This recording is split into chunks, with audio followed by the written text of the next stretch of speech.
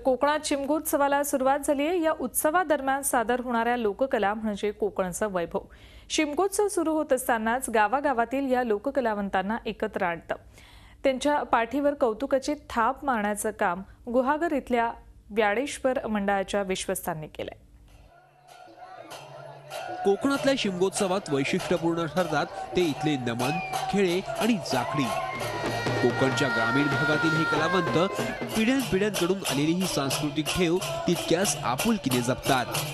शिमगोत्सवात कोकणाच्या ग्रामीण भागातील हे कलावंत आपापल्या पारंपरिक लोककला विविध ठिकाणी सादर करण्यासाठी सज्ज होत आहेत। गावागावातील शिमगोत्सव आणि येथील लोककलांचे सादरीकरण सुरू होण्यापूर्वी गुहागरच्या व्याडेश्वर देवस्थान फंडाच्या माध्यमातून या सर्व कलावंतांना एकाच व्यासपीठावर आणण्याचा प्रयत्न करण्यात आला।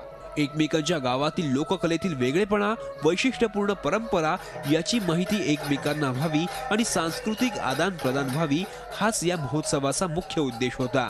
गुढीपाडव्यापासून शिमग्यापर्यंत जे विविध उपक्रम किंवा उत्सव साजरे केले जातात, या उत्सवाच्या माध्यमातून आपली संस्कृतीचं जतन आपले गावकरी लोक करत असतात आणि यांच्या या गेली 100-200 वर्षांची जी संस्कृती जपून ठेवलेली आहे ती परंपरा सर्व त्यांना एक व्यासपीठ मिळावं या हेतूनेच आम्ही हे कार्यक्रमाचं आयोजन केलेलं आहे। गुहागरच्या ग्रामीण भागातील विविध गावातील 6 लोककला पथकं आपल्या शेकडो कलावंतांसह या निमित्तानं एकत्र आली होती।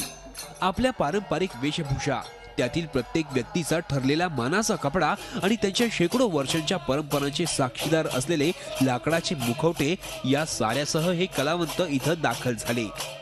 जवळजवळ 150 वर्षापूर्वीची ही लाकडी सोंग आहेत आणि ही पारंपरिक आमची कलाकृती आम्ही जोपासण्याचा प्रयत्न करतो। या समाजाची एक पिढी हा ठेवा आपल्या पुढील पिढीला देते आणि ती पिढी तितक्याच आत्मीयतेनं संस्कृतीचा हा ठेवा वर्षानुवर्ष पुढे चालवत ठेवते। म्हणूनच शिमगोत्सवाच्या काळात या कलावंतांमध्ये 5 वर्षाच्या नव्या पिढीबरोबर ते अगदी 85 वर्षांचे ज्येष्ठ कलावंतही तितक्याच उत्साहानं सहभागी झालेले पाहायला मिळतात।